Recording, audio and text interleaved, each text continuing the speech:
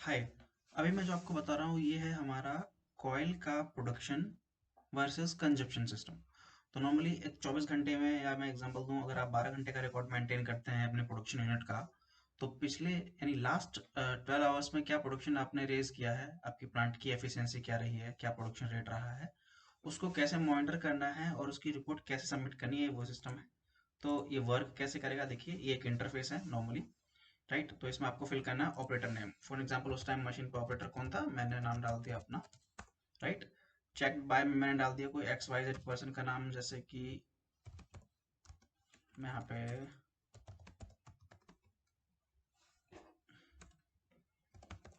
ठीक है जी। अच्छा, डेट ऑफ प्रोडक्शन क्या है, तो डेट ऑफ प्रोडक्शन के लिए क्या है, इस पर आप डबल क्लिक करेंगे तो कैलेंडर ओपन हो जाएगा। आपने कह दिया कि मैं 21 जनवरी की प्रोडक्शन डाल रहा हूँ और ये हमारी शिफ्ट है, डे शिफ्ट, राइट। तो लोकेशन क्या है, 3 मैन्युफैक्चरिंग यूनिट है, 3 मैन्युफैक्चरिंग यूनिट में से आप जिसकी प्रोडक्शन डालेंगे उसका नाम सेलेक्ट कर लेंगे। उसके बाद आप डिफाइन करेंगे कि जो आपने प्रोडक्शन किया है, इस प्रोडक्शन में आपने क्या बैच नंबर का कॉइल यूज किया। तो सपोज अगर आपको बैच नंबर याद है तो आप बैच डाल सकते हैं, अदरवाइज आप यहाँ पे जाएंगे, आप चेक करेंगे आपके रिकॉर्ड में, स्टॉक में जितना भी कॉइल अवेलेबल होगा उन सब का आप यहाँ पे स्टॉक देख सकते हैं। आपको सिर्फ अपना बैच नंबर डालना है।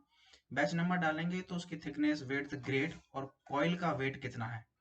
जब कॉइल आपने इनवर्ड की थी स्टॉक में, तो उस टाइम कॉइल का वेट कितना था, या कम जहां से आपने परचेज की, तो उस टाइम इस बैच की एक कॉइल जो है इसका वेट क्या है, वो ऑटोमेटिकली आपको यहाँ पे दिखा देगा, राइट। अब सेकेंडली आप कोई दूसरी कॉइल सिलेक्ट कर लीजिए।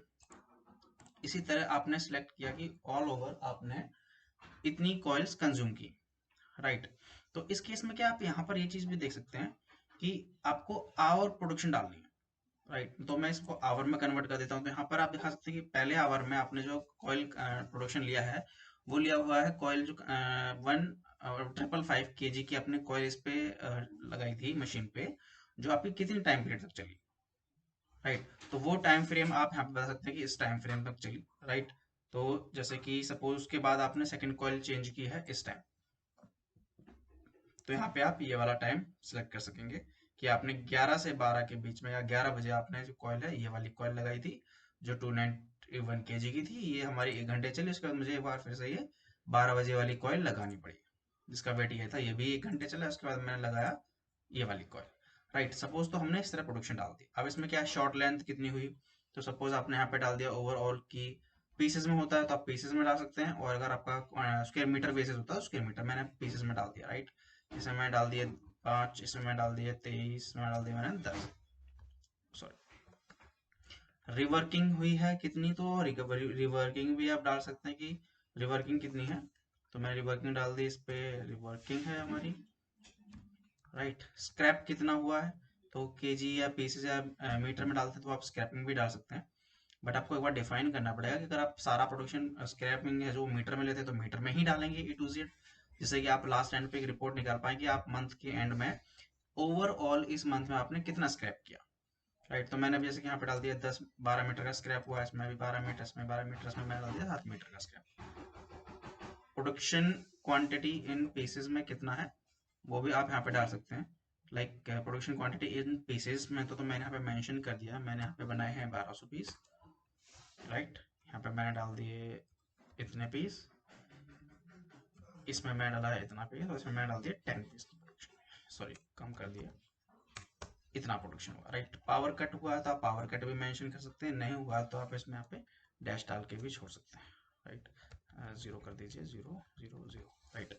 तो आप देखेंगे जैसे ही आपने फुल फिल डेटा पास किया कि मैंने ये डिटेल्स पास की हुई हैं, उसके बाद आपका सिस्टम ऑटोमेटिकली दिखा देगा कि आपने जो डिटेल पास करी है वो एज पर रिक्वायरमेंट, जो फिल इसमें फिल इंटरफेस में फिल करने के लिए चाहिए होती है, वो एकदम परफेक्ट है, राइट। तो जैसे आपने यहाँ पे सबमिट किया, उसके बाद आप क्या करेंगे, इस रिकॉर्ड के डेटा को स्टोर करा देंगे, आप करेंगे यस।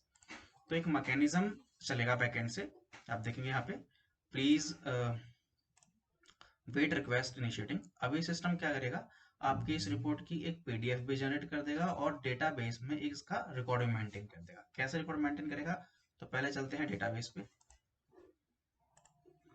तो यहाँ आप देखेंगे, यहाँ पे हमारा एक रिकॉर्ड मेंटेन हो गया है। जितनी भी एंट्री हमने पास कराई थी वो टाइम के अकॉर्डिंग 8 to 9 का क्या प्रोडक्शन रेट साइज हमने लगाया, उसके बाद बीच में जो गैप रहा उसके बाद हमने ये लगाया, उसके बाद ये लगाया, तो टाइमिंग टू टाइमिंग यहाँ पे आपको प्रोडक्शन दिखता रहता है। राइट, जो भी डेटा हमने फिल सबमिट किया था वो डेटा हमारा यहाँ पे आ गया, जो भी डेटा हमने इंटरफेस में डाला था। राइट, अभी सिमिलरली जो डेटा हमने यहाँ पास किया, इसका मतलब है ये कंजप्शन हुआ है कॉइल्स का, तो ऑटोमेटिकली सेम कंजप्शन आपकी कॉइल से भी डिडक्ट हो जाएगी। अब वो कैसे होगा मैं आपको वो भी दिखा देता हूँ।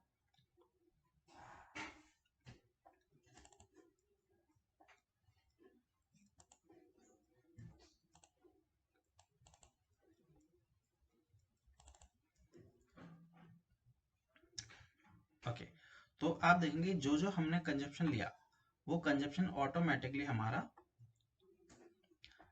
यहाँ पर आ जाएगा इसमें। Right, received quantity, closing stock quantity, उसके बाद जो भी हम कंजप्शन करेंगे वो कंजप्शन जो इसमें जो कॉइल अवेलेबल थी वो कॉइल ऑटोमेटिकली यहाँ से हट जाएगी, क्योंकि एक कॉइल जब मशीन पे लगती है तो वो प्रॉपरली कंप्लीट होने के बाद ही रिलीज होती है मशीन से। फॉर एग्जांपल मैंने 50 kg की कॉइल लगाई, तो जब वो कंप्लीट हो जाएगी तभी वो मशीन से उतरती है। राइट, तो अभी सिस्टम क्या दिखा रहा है कि आपके पास कितनी कॉइल्स अवेलेबल हैं, thickness grade wise, batch wise, thickness, width और क्वांटिटी। जैसे कि मैं आईएमएस की बात करता हूँ यहाँ पे, तो अभी मैं एक एग्जांपल और करके दिखाऊंगा आपको। ये हो गया हमारा इन्वेंट्री। राइट, परचेज आप कॉइल कर ही रहे हैं कॉमन वे में, तो वैसे परचेज की एंट्री डालेंगे तो वो स्टॉक ऐड हो जाएगा। यहाँ से आप कंजप्शन की डालेंगे तो उतना स्टॉक माइनस हो जाएगा। अब मैं बात करता हूँ कि जो फाइल आपने अपडेट की है बैकएंड में, उसका डेटा भी कहीं ना कहीं स्टोर हुआ होगा। अगर आपको कल को कोई पीडीएफ देखनी है कि लाइक मैंने कोई फाइल बनाई है, वो फाइल कितनी बनी, किस टाइम की रिपोर्ट है, उसकी रिपोर्ट अगर देखनी चाहे तो आप देखेंगे एवरी मिनट ना, ये इंडेक्स फाइल है, ये एवरी मिनट आपकी अपडेट होती है ऑटोमेटिकली, और आपका डेटा रिट्रीव करा के इस वाली शीट पे ले आएगी कि लास्ट आपने क्या वर्किंग करी, लास्ट क्या रिपोर्टिंग बनी, वो रिपोर्टिंग भी आपको यहाँ पे दिखा देता है सिस्टम। राइट, तो अभी केस में जो मैं आपको दिखा रहा हूँ वो क्या है, जैसे कि हमारा ये सिस्टम हो गया है। ठीक है, तो इसमें मैं आपको दिखा रहा हूँ लास्ट जो रिपोर्ट है वो ये रिपोर्ट है। मैं एक बार इसको ओपन करके दिखाता हूँ, ये अभी आपको एक्सेल में दिखेगी, बट ये रिपोर्ट पीडीएफ में कैसे दिखेगी, मैं कोई प्रीवियस रिपोर्ट है, लाइक मैंने 15 जनवरी की मैं रिपोर्ट दिखाता हूँ आपको एक बार। तो 15 जनवरी को क्या सबमिट था, क्या रिपोर्ट थी, तो वो आप रिपोर्ट यहाँ पे देख पाएंगे। ये टेस्ट रिपोर्ट डाली थी उन्होंने, तो यहाँ पे इस तरह की रिपोर्ट बन के जाएगी पीडीएफ फाइल। ये फाइल मेल भी कर सकते हैं आप किसी को, डाउनलोड भी कर सकते हैं। तो इस तरह की एक फाइल बन जाती है कि आपने, ये आपका रिपोर्टिंग थी 15 जैन की। राइट, तो मैं अभी आगे दिखाता हूँ आपको।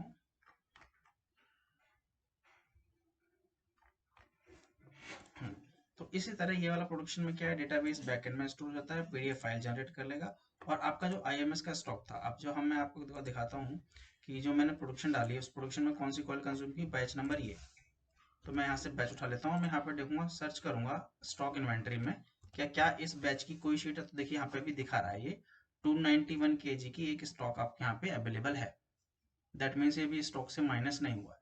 जैसे ही यहाँ से ये स्टॉक से माइनस हो जाएगा आपका ऑटोमेटिकली सारा डेटा अपडेट हो जाएगा। अभी मैं यहाँ पे एक बार रन करके दिखाता हूँ स्क्रिप्ट को, कि जैसे ही डेटा एक्टिव होगा ये ऑटोमेटिकली आपकी स्क्रिप्ट, अब देखिए कोड रन हुआ तो क्या हुआ, बैकएंड से वो कॉइल ही हट गई। दैट्स वाई, बिकॉज क्योंकि जो इस नंबर की बैच की क्वालिटी 291 kg की वो प्रॉपरली कंज्यूम हो चुकी है। तो इन्वेंट्री में सिर्फ वही कॉइल दिखाएगा जो कॉइल आपके पास फिजिकल में अवेलेबल है। That's it, thank you.